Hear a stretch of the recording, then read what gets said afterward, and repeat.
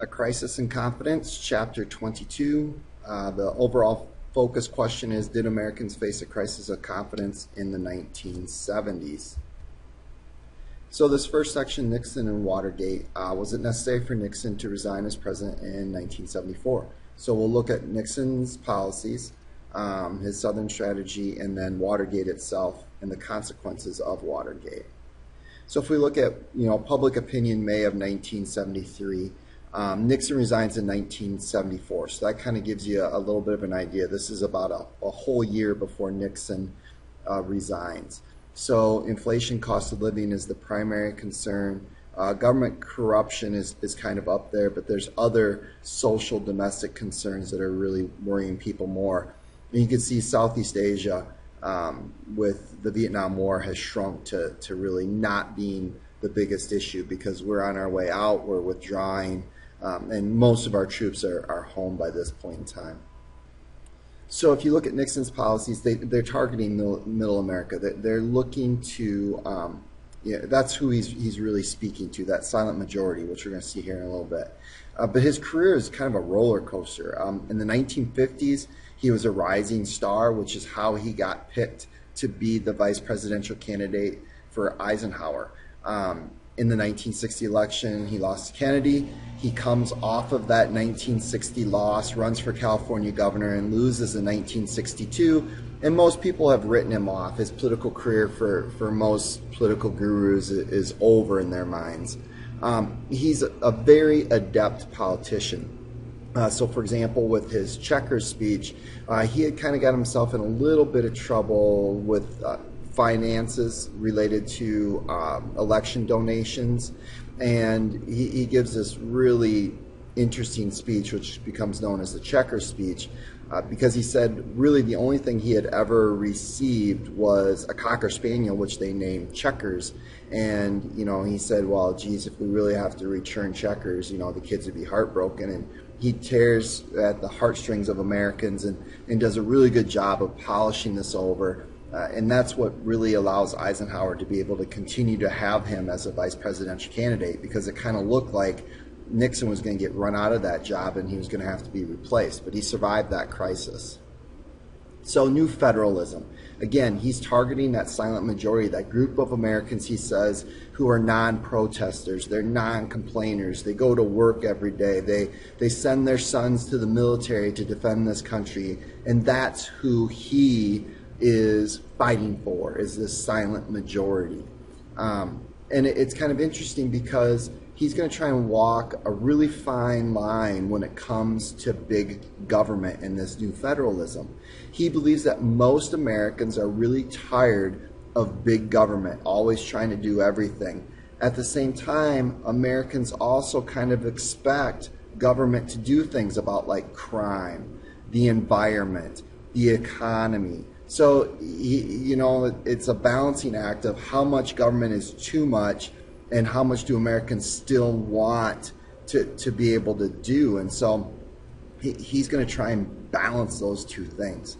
One of the key components of new federalism is reversing the flow of money and resources to Washington, D.C., back to state and local governments. So that's one thing where Nixon really believes that at the state and local level, they're better able to disperse that money in a way that makes sense for each state. That's really what new federalism is all about, is giving more power to state and local governments. And the other thing about Nixon in terms of new federalism is he uses a variety of tools to make all of this happen. So this political cartoon shows Congress. Nixon claims executive privilege. So a lot of things that he says and does, he believes is protected by the Constitution, and Congress doesn't and shouldn't have access to that. The impounding of funds, what he would do is programs that he wasn't a big fan of, he wouldn't get rid of them. He just would pull the money from them and not spend the money. So that essentially kills that program. And Nixon wasn't afraid to use his veto power on programs he didn't particularly enjoy. Now, on the flip side of this, Nixon's a really complicated character. He also begins to expand the government role. So you've got OSHA, which goes in and inspects and makes sure that people are working in safe environments.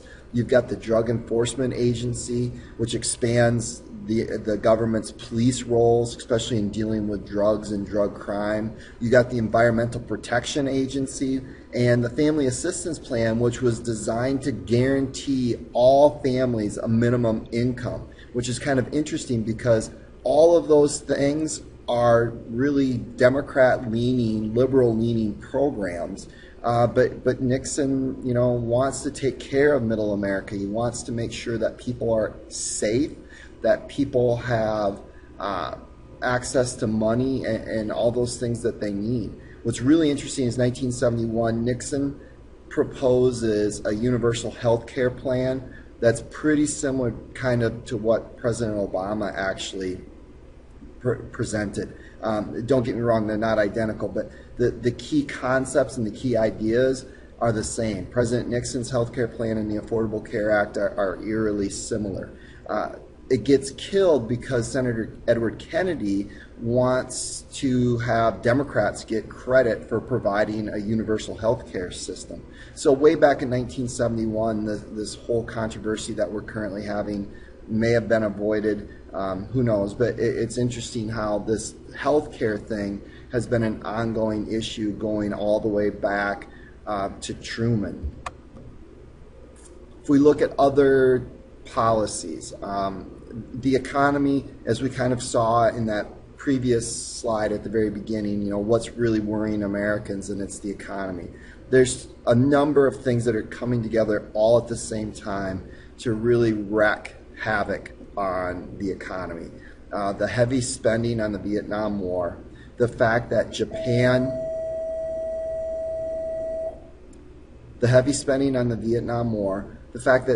and Germany are able to outcompete us, and then this rapid increase of oil prices makes it so the economy stagnates. It just stops growing. And at the same time, inflation is going to go crazy. Part of the reason for this is there's a war in the Middle East. We back Israel, and the Arab oil-producing countries dislike the fact that we intervened and helped out Israel. So in retaliation, they freeze oil production. What the result is a 400% increase in gas prices because there's a much smaller supply, and you're going to get gas lines. You'd have people who would park their car in line for gas so that hopefully the next day they could fill it up. You'd be limited on how many of gallons of gas you could buy. It was a really tough time for Americans. Nixon ends up doing a 90-day freeze where prices and wages can't go up. They're going to stay the same. That is a temporary fix. It helps boost the economy for just a short period of time, but it doesn't fix any of the long-range problems, and they're going to come back. The Southern strategy. He sees his success in the earlier election as an opportunity for Republicans to make the South a solidly Republican region of the country. So he's going to try and flip the electoral map.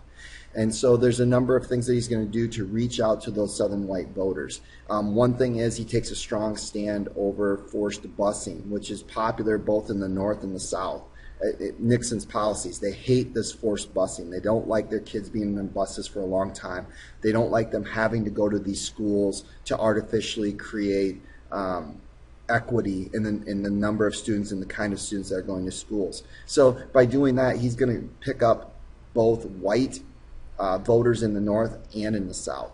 He creates an affirmative action, which is a very controversial thing, but he wants to make sure that businesses are hiring minorities and women.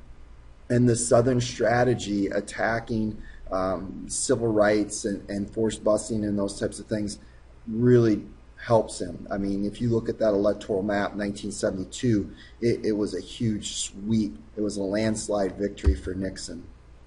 The admissions cartoon just goes to show that there's all kinds of different types of affirmative action that happens all the time.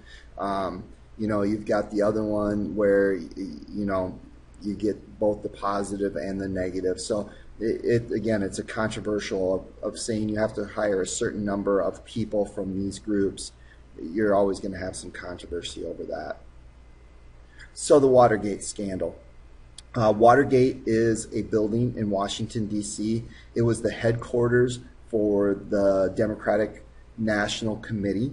And what happens sometime in June 1972 is it gets broken into. It's a really small story. Nobody really covers it very much. One of the guys who's involved in the break-in ends up going to trial. And at that trial, he mentions that there are other people involved that are in the inner circle of the White House.